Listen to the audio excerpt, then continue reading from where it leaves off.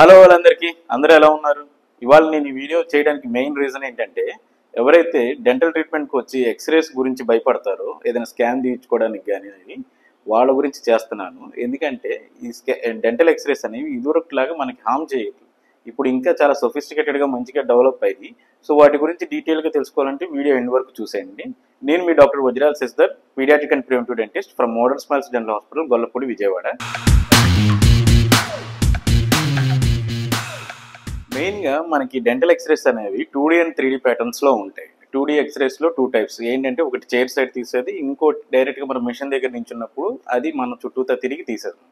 Chair side తీసే X-rays మీరు even ఒక లెస్ దాన్ ఏ సెకండ్, అంటే కొన్ని మిల్లీ సెకండ్స్ మాత్రమే రేడియేషన్కి ఎక్స్పోజ్ అవుతారు. That to small amount of radiation. And మీరు మిగతా మిషన్ దగ్గరికి వెళ్ళి నించునేది అయితే కనుక అది హార్డ్లీ కొన్ని సెకండ్స్ పాటు మీరు ఎక్స్పోజ్ అవుతారు. But the amount of radiation అనేది క్రమక్రమంగా సొఫిస్టికేటెడ్ మెషిన్స్ వచ్చే కొద్ది మనకి తగ్గుతూ వస్తుంది.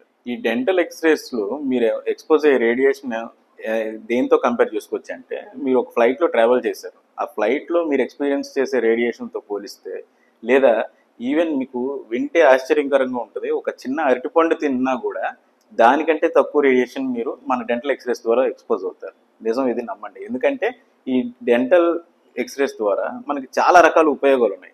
ఈజీ డయాగ్నోసిస్ అవుతుంది, ప్లస్ మనకి ఏమైనా హిడెన్ ప్రాబ్లమ్స్ ఉన్నా కూడా వాటిని మనం ముందస్తుగా మనం కనుగొని వాటికి తగ్గ ట్రీట్మెంట్స్ మనం చేసుకునే వీలు ఉంటుంది. సో ఇంత ఉపయోగపడే ఎక్స్రేస్ మనం ఇంకా కొన్ని ఎక్కువసేపు ఎక్స్పోజ్ అయ్యే ఎక్స్రేస్ తీర్చుకునేటప్పుడు మనం కొన్ని ప్రాబ్లమ్స్ నుంచి తప్పించుకోవాలంటే మనకి లెడ్ ఆపరెన్స్ అని, లేదా థైరాయిడ్ కాలర్స్ అని, ఈ రకరకాలు ఉంటాయి. సో వాటి ద్వారా మీరు అనవసరమైన రేడియేషన్ ఏదైతే మీరు ఒక సాఫ్ట్ టిష్యూస్కి ఏదైతే అబ్జర్వ్ చేసుకుంటాయో వాటి నుంచి కూడా మీరు బయటపడచ్చు.